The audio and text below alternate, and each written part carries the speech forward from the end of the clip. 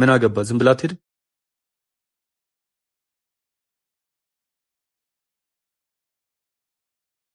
አንድ ያወርኝ እስኪ ተረጋጊ። ምን ሆነሽ ነው? አንቺ እህትሽ እንዳትሰማ ድምፅሽን ቀንሽ። ልቀቀኝ፣ እያሰማምከኝ እኮ ነው። ወንድም ያለ ፍላጎቷ እያስገደድካት ነው ታውቀዋል። ምን አገባ? ዝም ብላ አትሄድም? አቢ ባላሰብከው ጉዳይ ለጸብ እየተጋበስክ ነው። ቆም ብላስ በልጁ መንገድ ከሄድክ ህይወትን በማትፈልገው አቅጣጫ እንደምትወስደው እወቅ።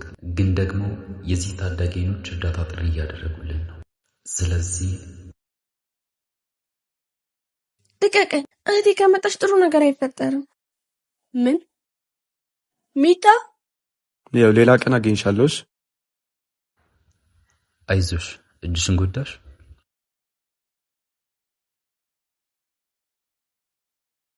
አንቺ ሚጣ ምን እየሰራሽ ነው? ነይ ግቢ። ስማ አንተ፣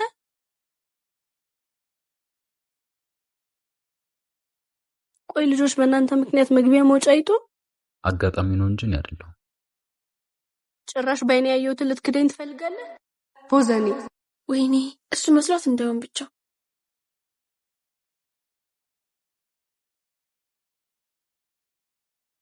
እህቴ ምን እያደረግሽ ነው? እሱ እኮ አይደለም። አረ ጭራሽ ለጥብቅና አንበቅታሽልኝ። እውነቴን ነው እህቴ፣ እሱ ሊያስጥለኝ ነው የመጣው።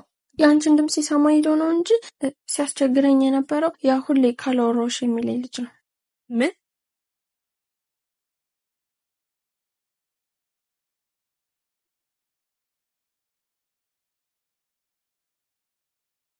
ወንድሜ በእውነት በጣም ይቅርታ። ሳላጣራበት ስሜት ተገፋፍቼ ነው እጄን ያነሳውብህ። ችግር የለውም። ዋናው ነገር እህትሽ ሰላም መሆኗ ነው። በእናትህ ከልብ ይቅር በለኝ። ደግሞ እኮ በጥፊ መትቼሃለሁ። ጥፊ ምን አላት? ስንቶች ባልሰሩት ወንጀል ከዚህ የከፋ ነገር ገጥሟቸው የለ። በእርግጥ ዝም ያልኩት ጥፊው ምላሽ የማይሻ ሆኖ ሳይሆን አጋጣሚው ባንቺ እንዳልፈርድ ስላደረገኝ ነው። ቢያንስ ብታስረዳኝ እኮ እንዲህ ያለ ስህተት አልሰራም ነበር። አይን ያየውን የተሳሳተ ምስል አይደለም ብሎ ማስረዳት ያን ያክል ቀላል አይደለም። ሰሚ ይፈልጋል። ልብ ካልሽ ደግሞ ጥፊ የቀመስኩት ላስረዳሽ በሞከርኩ ቅጽበት ነው። ባይሆን ለሌላ ጊዜ ነገሮች እውነት እስኪገለጥ ድረስ ትንሽ መታገስ ከትልቅ የህሊና ጸጸት ይታደጋልና ነገሽን እወቂበት። ይቅርታሽን ተቀብያለሁ። ከልቤ ነው።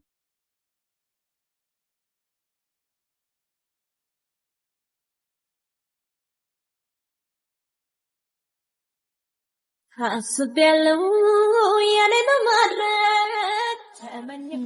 ታውቂዋለሽ